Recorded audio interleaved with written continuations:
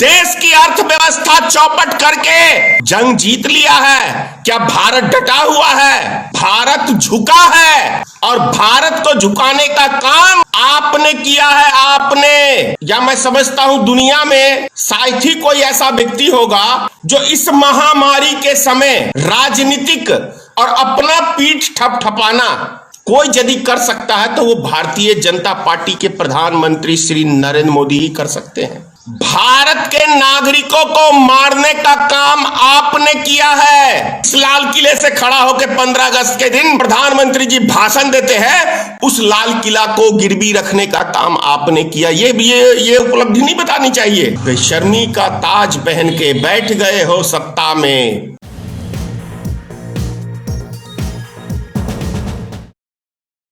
Bharatiya Janata party ने अपने शासनकाल का पार्ट 2 यानी दूसरा पंचवर्षीय का पहला साल पूरा किया। आज पूरे 1 साल हो गए और उन्होंने घोषणा पत्र भी अपनी जारी किया है। हमने, या मैं समझता हूं दुनिया में शायद ही कोई ऐसा व्यक्ति होगा जो इस महामारी के समय, जहां पूरा देश लॉकडाउन है, लोग गरीब मजदूर सड़कों पे मर रहे हैं, उस समय राजनीतिक और अपना पीठ ठपठपाना कोई यदि कर सकता है तो वो भारतीय जनता पार्टी के प्रधानमंत्री श्री नरेंद्र मोदी ही कर सकते हैं। आज बेशर्म की तरह, बेशर्म की तरह फिर से मन की बात में मोदी जी कह रहे हैं कि समूचा विश्व ने घुटने टेक दिए कोरोना वायरस को लेके, लेकिन भारत डटा है। भारत डटा है। बड़ा हंसी आया उसको सुन के। अरे मोदी जी, भारत डटा नहीं, भारत झुका है और भारत को झुकाने का काम आपने किया है। आपने भारत के नागरिकों को मारने का काम आपने किया है। गरीब मजदूरों को मारने का काम आपने किया है। हमारे देश के नागरिक रोड पे पैदल चल चल के पैर में मोटे मोटे छाले, उनके चमड़ियां निकल गई। इसका श्रेय आपको जाता है। आपको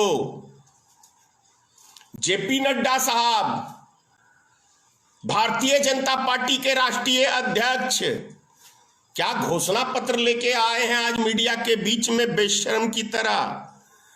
ऐसा कौन सा तीर मार दिया भाई? कौन सा देश का कामकाज चल रहा है जो आप घोषणा पत्र लेके आज बेशर्म की तरह बैठ गए मीडिया के बीच में? ऐसा कौन सा जंग जीत लिया है भारतीय जनता पार्टी ने, जरा बताएंगे?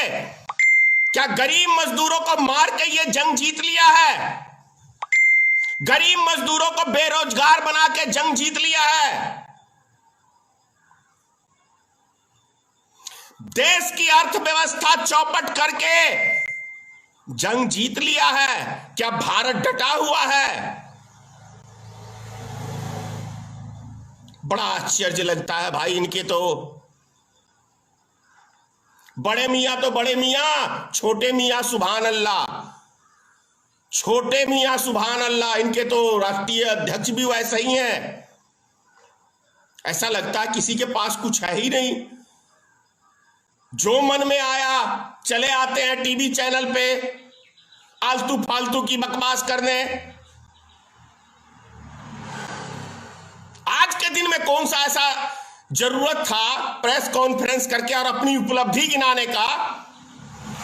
क्या ये उपलब्धि में लिखा कि हमने इस 1 साल के अंदर पूरे देश के अंदर एक बड़ा प्रदर्शन हुआ था एनआरसी के खिलाफ, सीएए के खिलाफ, और एनपीआर के खिलाफ। यह भी क्या आपने घोषणा पत्र में क्यों नहीं कहा कि पूरे देश की जनता रोड पे आ गई थी? यह भी बोलना चाहिए ना। यह भी बोलना चाहिए था कि आसाम के अंदर 19 लाख आदमी की नागरिकता हमने ली थी, हमने। यह देना चाहिए था। यह क्यों नहीं दिया आपने? यह क्यों नहीं दिया कि पीएनबी घोटाला हुआ था हमारे शासनकाल में, हमने जो घोटालेबाज थे देश के उन सब के लोन ऋण माफ कर दिए। यह भी घोषणा पत्र में देना चाहिए था ना। यह भी घोषणा पत्र में देना चाहिए था कि हमारे मोदी जी ने 2 करोड़ प्रत्येक साल नौजवानों को रोजगार देने का वादा किया था, जो हम विफल हो गए। यह भी घोषणा पत्र में आज देना चाहिए था कि विदेश से हम काला धन 100 दिन के अंदर लाएंगे, जिसमें हम विफल हो गए। यह भी घोषणा पत्र में देना चाहिए था कि हमारी सरकार बनेगी तो किसानों की आय हम दुगुनी कर देंगे, जिसमें हम विफल हो गए। यह भी देना चाहिए था। ये सब चीजें नहीं बोलनी थी। यह भी देना चाहिए था कि देश की रेलवे हमारी आन बान शान है, जिसको हमने बेचने का एक रिकॉर्ड कायम किया है। एयरपोर्ट को बेचा, अपनी उपलब्धि में यह सब भी देना चाहिए। एलआईसी को बेचा, बैंक को बेचा, लाल किले को बेचा, एयरपोर्ट को बेचा, भारत पेट्रोलियम बेचा। ये सब उपलब्धियां क्यों नहीं देश की जनता को बताते अपने घोषणा पत्र के अंदर? ये उपलब्धियां जरूरी है कि आपके शासनकाल में देश की कौन कौन सी संपत्ति को आपने प्राइवेट हाथों में दिया है। जिस लाल किले से खड़ा होकर 15 अगस्त के दिन माननीय प्रधानमंत्री जी भाषण देते हैं, उस लाल किला को गिरवी रखने का काम आपने किया। ये उपलब्धि नहीं बतानी चाहिए। ऐसी उपलब्धियां बतानी चाहिए कि आपने कौन कौन से महान कार्य इस समय में किए हैं। आज देश का एक एक कारखाना बंद है, ये उपलब्धि नहीं बताओगे? ये भी उपलब्धि बतानी चाहिए। गजब हाल है भाई। बेशर्मी का ताज पहन के बैठ गए हो सत्ता में।